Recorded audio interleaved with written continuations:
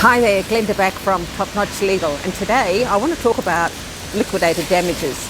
Now, if your business suffers significant loss, you expect to get some compensation from the courts, but there are several hurdles that you have to overcome to do this. First of all, you've got to prove that the defendant actually did cause your loss and not someone else or not something else. Another hurdle is that you've got to actually prove what amount you lost. And for these reasons, parties often agree ahead of time what amount should be paid if one of them breaches the contract. And this is known as liquidating your damage or liquidated damages. And with liquidated damages clauses, you only need to show that there's been a breach, and then you can make your claim.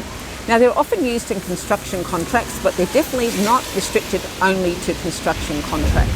So let's take an example, and let's say that there's a project to build a massive warehouse in a new industrial complex, and there's a head contractor who's made an agreement with the owner, and the owner is insisting on liquidated damages of $40,000 per day for each day that the project is late in completion.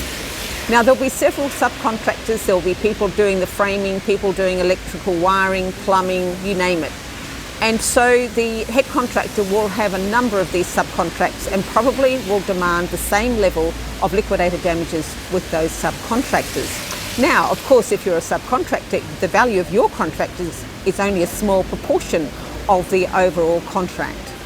And it can be very hurtful if you then cause a delay and you're up for $40,000 a day. Of course, if you're the head contractor, this is precisely what you want. But you've got to be cautious here, because the amount of liquidated damages should be a realistic amount, and you should be able to show how it's been calculated. If you can't do those things, then it's quite likely that your liquidated damages amount can be challenged. If you're a subcontractor, there's a few things you want to have in place, and one of them is that the head contractor can't make a claim against you for those liquidated damages until the owner itself has made a claim against the head contractor. So if you are negotiating liquidated damages, I strongly recommend that you get professional advice, and we would love to hear from you here. We are ready and able to help you. That's it today from Glenda at Top Notch Legal.